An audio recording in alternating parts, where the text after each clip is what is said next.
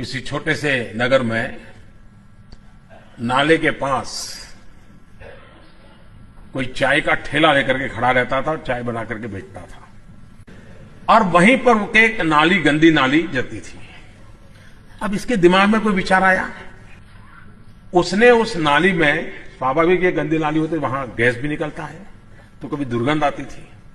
उसने एक छोटी सी बर्तन को उल्टा करके उसमें छेद करके एक पाइप डाल दी और जो गटर से गैस निकलता था वो पाइपलाइन से उसके अपने चाय के ठेले में ले लिया और वो चाय बनाने के लिए उसी गैस का उपयोग कर करके चाय बनाता था। सिंपल सी टेक्नोलॉजी।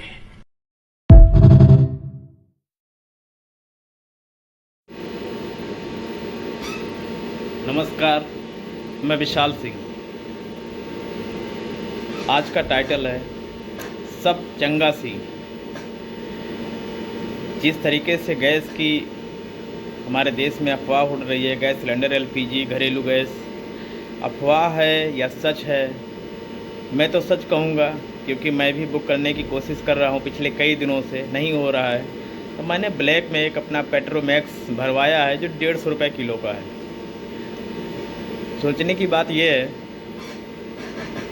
कि हमारे देश के जो आला अफसर हैं, जो हमारे देश के हुक्मरान हैं, वो इस पे कब नज़र डालेंगे और क्यों डालेंगे, और धमकी देने के सिवा ग्राउंड स्तर पे कब काम करेंगे कि अगर किसी ने अफवाह उड़ाई तो उसको कड़ी सज़ा दी जाएगी। भाई सिलेंडर ही दे दो, सिलेंडर ही दे दो। अगर लाइनें लगी हैं, कोई मांग रहा है तो। अपने देश में दिन के हिसाब से लगभग 5000 शादियाँ होती हैं। जिनके घर में शादी होगी उनका क्या हाल होगा। सिलेंडर की किल्लत है, और अगर कुछ नहीं हमारे देश में तो 399 रुपये का ईयर का टिकट महंगा हो गया है। क्यों हो गया है? अगर सब कुछ चंगा सी, क्योंकि आज का जो टाइटल है वो है सब कुछ चंगा सी। खेती में जो आने वाले समय में मुझे ऐसा लग रहा है कि जो यूरिया है किसान पे खेतों में डालते हैं, उसका काफ़ी असर पड़ने वाला है यूरिया खाद को लेके। तो ये एक बहुत बड़ी समस्या है। हमारे किसान भाई तो हमेशा ही जूझते रहते हैं। लगता है उनके पता नहीं अच्छे दिन कब आएंगे।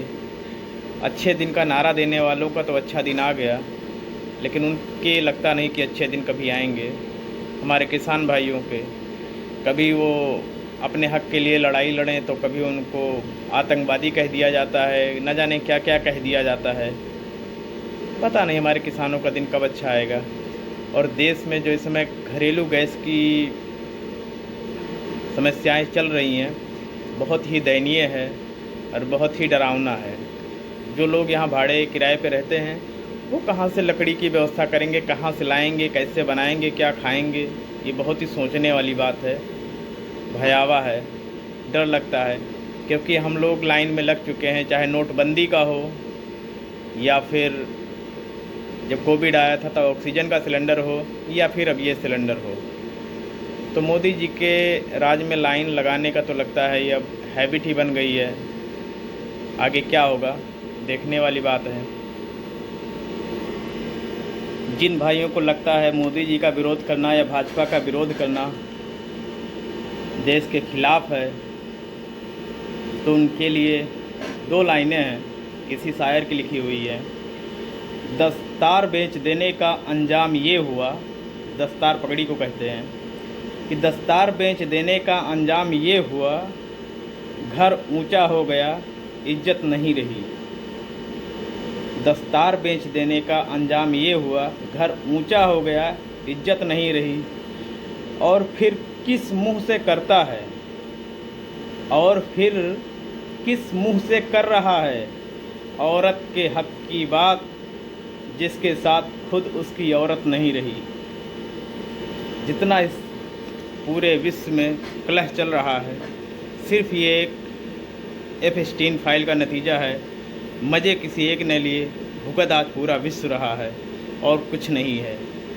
सिर्फ किसी की अय्यासी का नतीजा है जो आज हम लोग इतना भुगत रहे हैं। बहुत बहुत नमस्कार।